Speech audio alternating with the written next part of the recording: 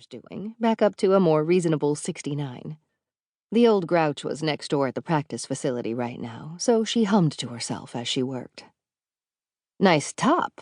Sexy," her coworker Jill said when she arrived a half-hour later. "It's new, right?" "Hmm?"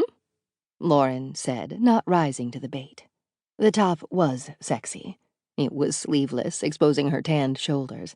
It was hot pink with a playful gather at the bust without actually showing cleavage.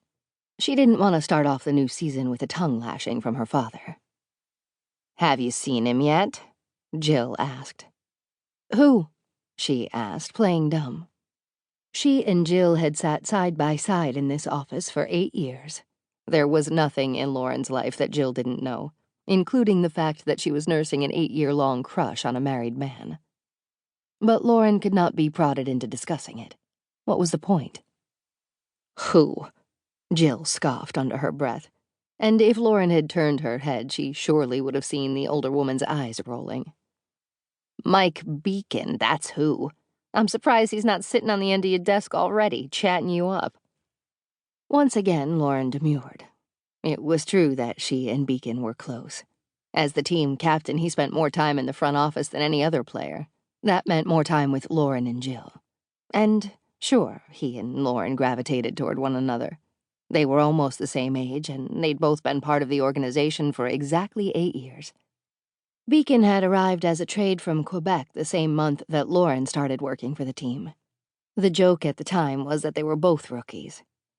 The difference was that Beacon arrived in Long Island with a wife and toddler in tow and made $500,000 a year, while Lauren worked for her father, the team manager, because he wouldn't pay for her to attend college. "It'll be good for you to figure out how the real world works," her dad had said. "Save up some money and then get that business degree if you want it so damn bad." 8 years later, and she was still taking 2 courses every fall, but none in the spring because playoffs season often made final exams impossible. Her whole life had been ruled by hockey, with no end in sight. Meanwhile, after 8 years, Lauren and Mike Beacon were good friends.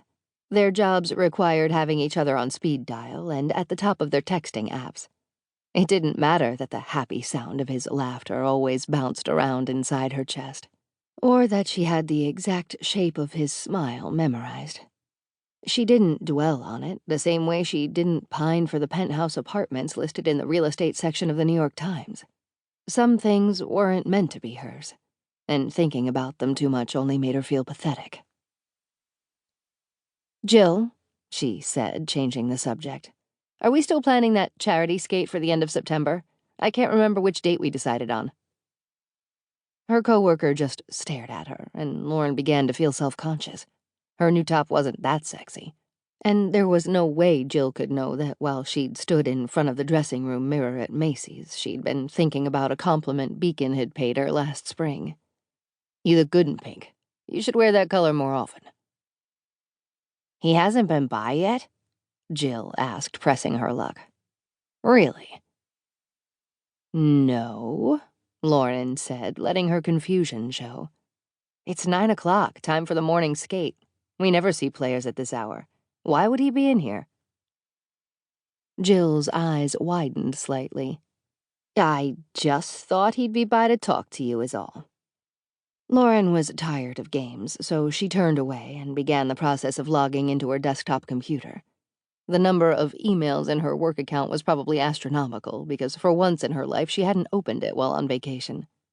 She lifted her takeout coffee cup and took a sip.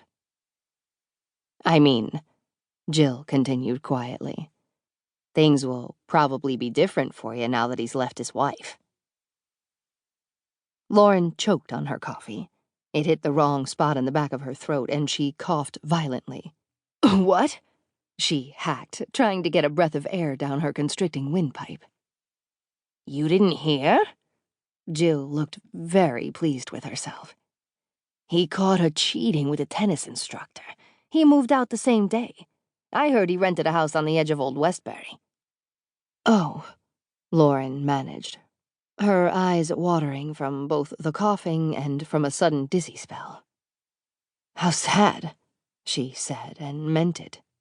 They had a cute 9-year-old.